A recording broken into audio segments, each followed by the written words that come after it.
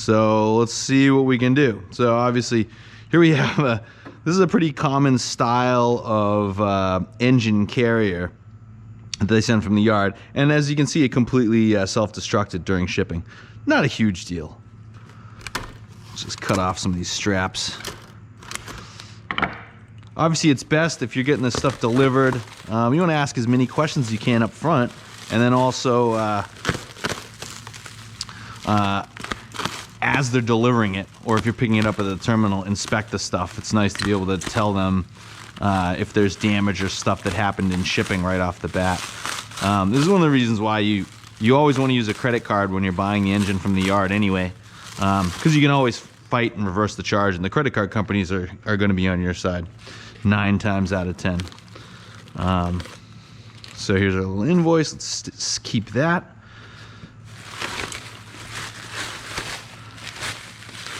So let's get it uncovered here.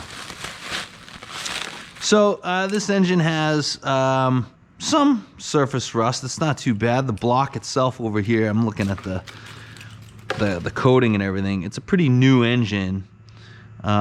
Here's one of the little, you'll see this stuck on. It's a little overheat tab that yards put on. I don't know if you'll be able to see that if I lean in like that. That won't really affect anything. The warranty from the yard is fine and all. The chances of having anything really wrong with the valves or anything once you've done this check is really low. Usually you can see right here there's some rust on the spark plug. This is one of the first things I check for overall condition. And we can get a flashlight. I can just see down here. I know you guys probably can't see that the plug bodies themselves are rusty. There was some water sitting in there, but they're not completely falling apart. There's a bit of debris, some rust, scaling and stuff in this one. The worst case scenario for the plugs is that it's really full of water and they're really messed up. As long as they're sealed though, it's okay. So the worst case scenario for the engine is if they've been sitting here and there's water and say that part of the plug is removed or cracked and stuff got in there, that's done. That's you can't. That's a showstopper right there. If there's been water sitting inside the motor at any point, that's a showstopper. As long as the plugs are there, now we can go and we can clean this up. We can vacuum it and whatnot. And then even if the plugs are in such bad shape, which occasionally happens, that they break as you try to remove them. That's pretty rare, but it does happen. Hi, Gunny. You can use an extractor and get the, even if some bits fall in at that point, we can vacuum it out and stuff with a straw. So another thing I see right off the bat is this is the dipstick. These always snap off. Not a big deal, very cheap to get a replacement, less than 10 bucks. So I'm gonna go ahead and just pull these. We'll get rid of these. Get them out of our way. We don't need them at all. This is a swirl pot. It helps to dampen the fuel surges. We don't care about that either. If this is broken off, which it sometimes is, not a big deal. We do not use that. We do not use the EGR. That'll get removed. So let's look through here. This looks good. I'm looking for cracks on the plastic of the throttle body, and to make sure it's there. In this case, it is. Again, not a showstopper. Even if the whole manifold's destroyed, this one is perfect. You can see the nipples here. They're all there and they're intact, so it's all good. Good stuff, good stuff. Throttle position sensor stuff is all there. Cam sensor is intact. Yeah, that looks pretty good. Cam cover here is intact. Again, not the end of the world, but a hit here can be a problem because this is where the cam gears are, and if it's hit there, it could mean the cam gears are damaged. Usually that's pretty obvious. I don't like to use motors if the cam gear's been broken because we don't know the state of the cams and the cam journals, which actually we'll be able to see in a second when we move things around. And then as far as this stuff down here, the sub crankcase, or also called a windage tray, looks in really good shape. No hits or anything there. Yeah, this is a very young motor. Let's see. This was this motor had 23,067 miles on it. So nice. Yep. And it shows. I can kind of see that. So I'm expecting everything else. I mean, even you can see these heads of these bolts and stuff still have their original factory coatings on, the cadmium coating. It's all in good shape. So why don't we go over some stuff too while you're watching the video we're here anyway.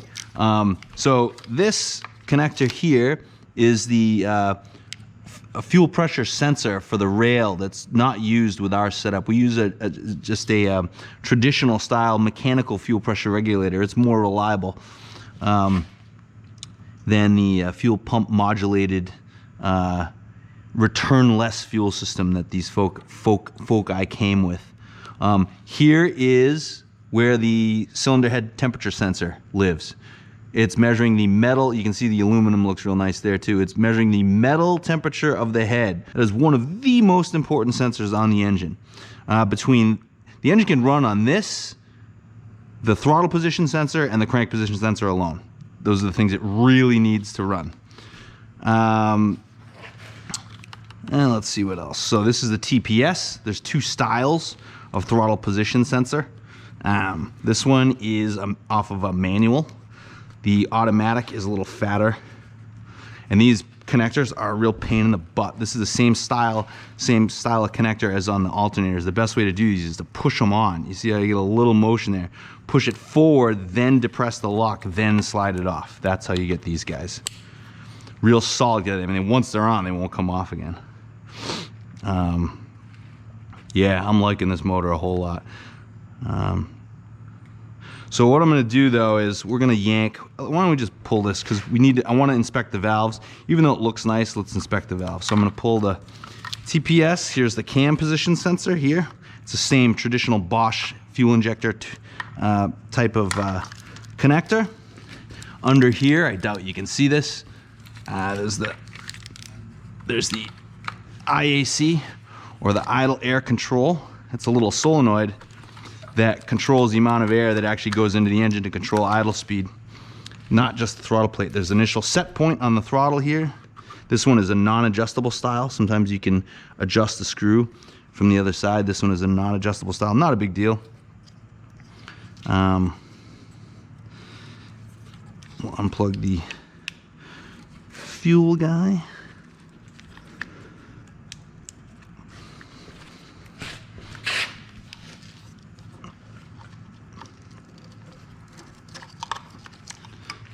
Unplug the CHT sensor, cylinder head temp again, like I was saying. Then through the manifold, this injector harness. This is the injector harness. So this, by the way, this style of more square-ish connector is not compatible. So you'll need to send that. We'll send this off to Kyle, and he'll swap this out, put the correct pins and seals and everything, and put a brand new connector on there so it's as good as factory. We're not going to splice anything there. So this right here by the oil filter is the oil pressure switch. That'll just give you it's like an idiot light. If oil pressure drops below, like real low, that'll set off the light in the dash. And then over here, up underneath, I don't know if you can see that either, but that's the 2-wire knock sensor connection. And then these will feed back up through these two runners.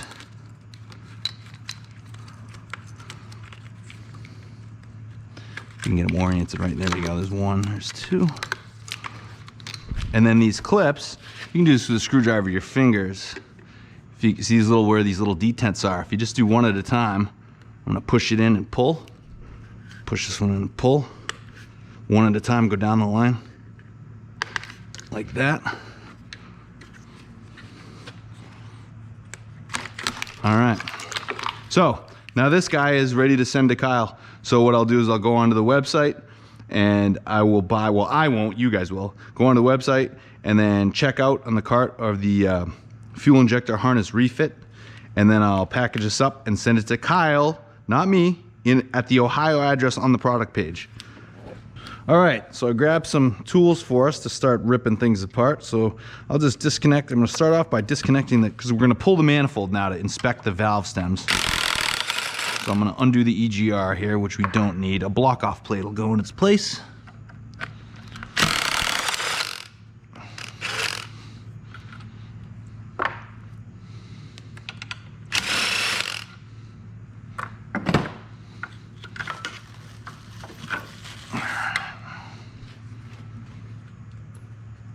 Simplification is great. All right. Let's go through and we'll start doing, there should be, so it's 1, 2, 3, not one there, there's one through here, 4, 5, 6, 7 fasteners, I guess, on this one. Let's go through. Here. All right, then we got this clip that supports the CHT sensor arrangement. We'll pull that out of the hole, pull this guy back away. Okay.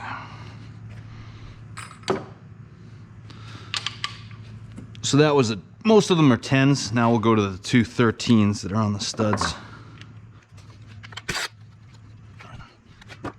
We're gonna need to do, that's an 8. That needs to come apart because part of it's, the hanger's bolted to the head and part of it is retaining the intake manifold as well.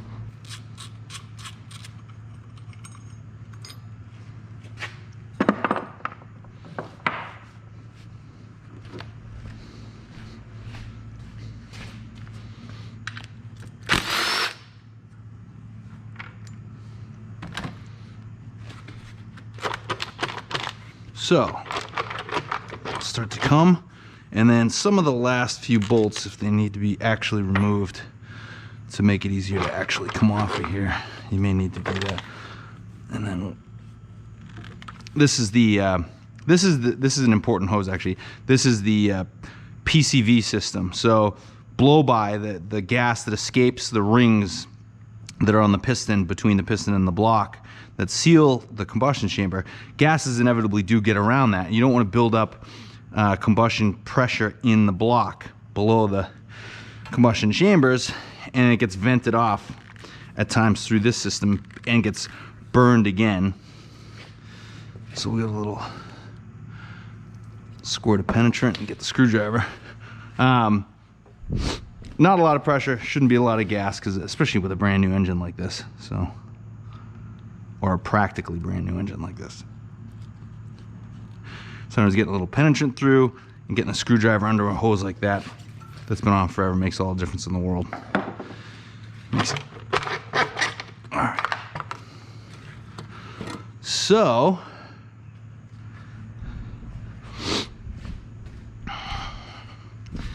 let's make sure we're not getting hung up on, I guess it's just this guy here.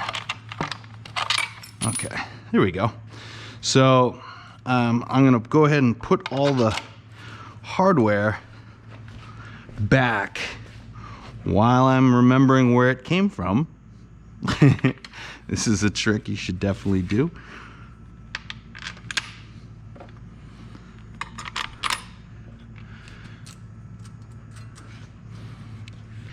And I'm looking at all the stems, and all the stems are nice and shiny and clean, and there is no signs of rust at all on any part of it. A little bit of oil, which is totally fine, and a little bit of oil crud because it's a relatively new motor. And this motor, because these two are down, was on the middle of a #1 intake stroke the last time it was turned off. It's not a nice thing about Zetecs. If you're a car guy and you're used to working on V8s, you cannot manhandle a 600-pound V8 like that.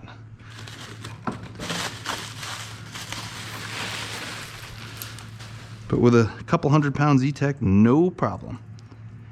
And I hear something escaping from the pan, sounds like. Yes, let's take a look and see what kind of fluid escaped. Ah, good. It's a puddle of oil. That's what we want. We don't want water, and we don't want a coffee looking mix either.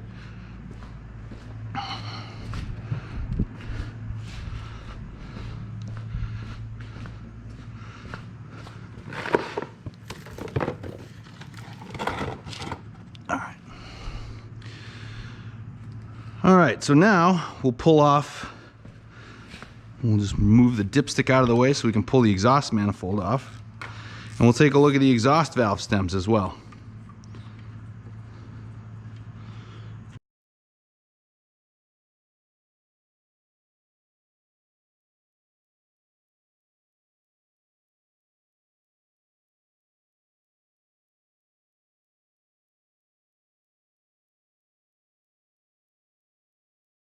I'm kind of going through the most common checks and the kind of the order of where I'd want to catch them in terms of showstoppers, so that we, if there's a showstopper, we catch it early on. And really the only showstoppers we've talked about so far are significant, rust on the valve stems on the intake side. If the spark plug holes were open and there's any water or moisture in the actual engine, that's a showstopper.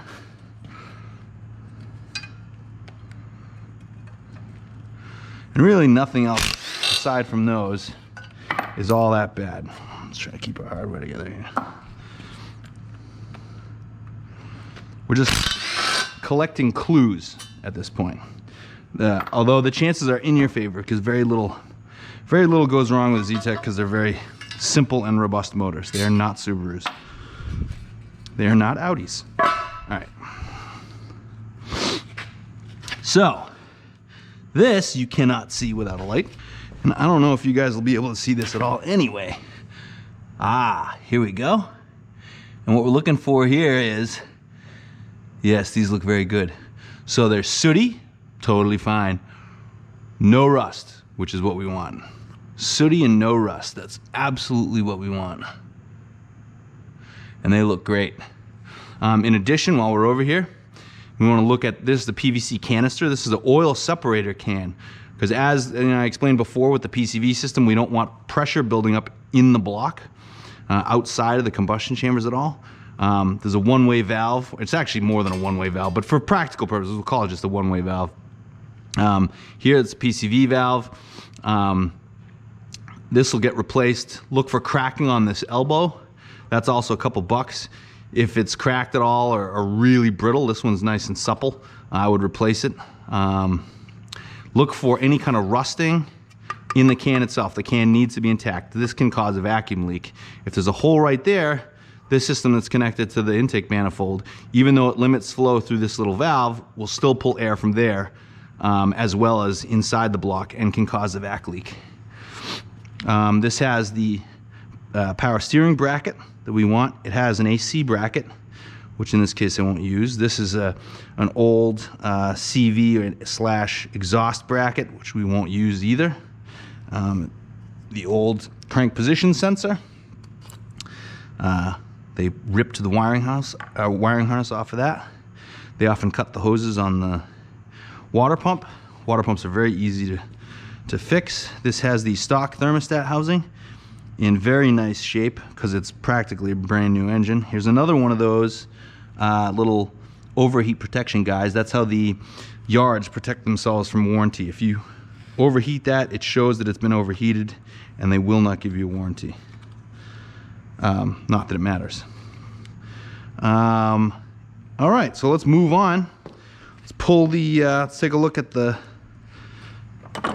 cam covers here. So we'll pop the front cam cover off.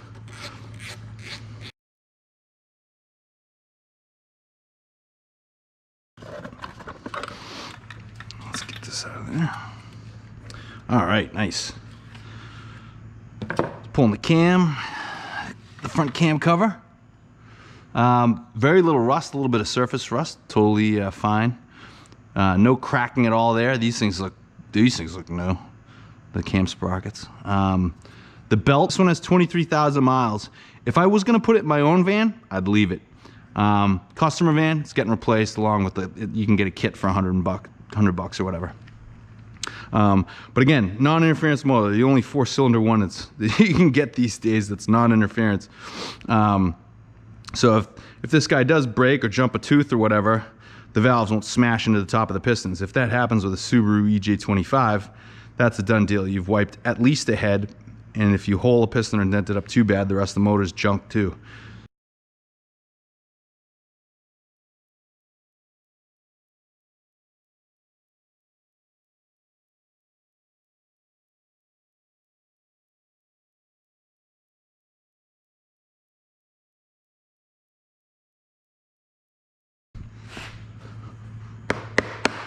Once we get them all off, give this a couple taps. And this has an O-ring around it as well. So now you can see, it looks much rustier in there than from the top. This isn't great, but it's just surface rust. It's not really pitted. I'm gonna wipe all the stuff I just knocked in there out as well. I don't like this, but the fact, see how I actually just rubbed it off? It's just surface rust. What you really want to avoid here is you're looking for pitting. If you can't rub it off like that, it could potentially be a problem. If the bunch of them are rusty in here, no good. But the rest of it just looks gorgeous. I mean, that looks brand new. That's what we want. Just shiny metal. All right, so I'm just gonna vacuum the little bits. I'm not going to disturb anything else until I protect it yet. I'm just going to grab a bit of the stuff that I malleted loose. The rusty junk there. Notice I'm not going anywhere near the rest of the stuff yet either, because the vacuum can give the particles momentum and pull them into places we don't want. So I'm just gonna vacuum all this stuff that I knocked loose right now. There we go. And then I'm gonna cover it.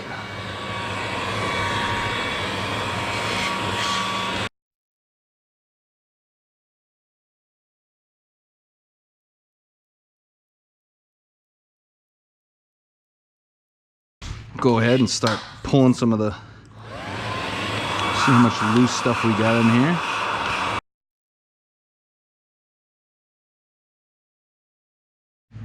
All right, so here I got some various picks. I'm just gonna start going through, and I'm gonna knock and descale everything in here that I can. Everything that'll come loose with a pick. Do your best dental hygienist impression and knock all this stuff loose. Notice I'm not using any solvents right now because I want everything to be dry so we can pick it up with the vacuum.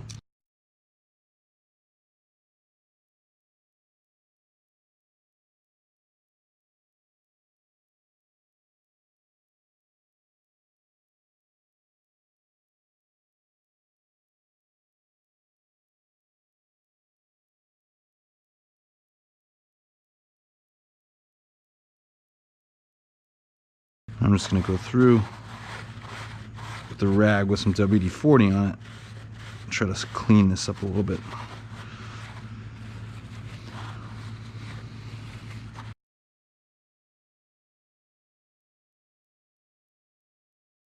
Shop rags are better, but I'm using what you guys will probably have available. So I'm not too worried about these pieces of lint or anything that are in there either. They're nice and soft. They're going to vacuum up easily. So let's get a little wire brush action going. All right, so I've got one of these, it's a wire brush, but it's a toothbrush size wire brush, and simple green. Stuff works pretty well. You want to be careful. I don't want to spray, I don't want to soak the cams because there is some water in it. Not that it'll matter, we can always drive it off with some WD as well, but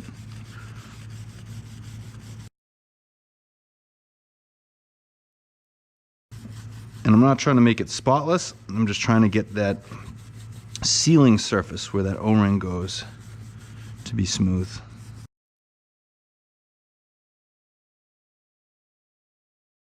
This is just for aesthetics, really.